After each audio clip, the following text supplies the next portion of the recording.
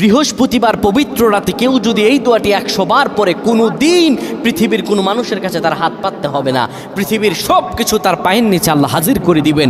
দারিদ্রতা থেকে মুক্তি দান করবেন, বিপদ আপদ থেকে মুক্তি দান করবেন, তার সম্মানকে সুউচ্চতা দান করবেন, অসুস্থতা থেকে দূরে রাখবেন, আল্লাহর অশেষ দয়া ও রহম তাকে দান করে দিবেন। সুবহানাল্লাহ। বৃহস্পতিবার রাত এটি গুরুত্বপূর্ণ রাত। এই রাত সপ্তাহে একদিন আসে। আরবিতে রাত আগে আসে, দিন পরে আসে। সুতরাং বৃহস্পতিবারের যে দিন গিয়ে রাত, এটি বৃহস্পতিবার রাত নয়, এটি শুক্রবারের রাত, এটি জুমাবারের রাত, এটি দোয়া কবুলের রাত, আল্লাহর কাছাকাছি হওয়ার রাত। সুবহানাল্লাহ। এই বৃহস্পতিবার রাত আল্লাহ তাআলা বান্দার দোয়া কবুল করেন।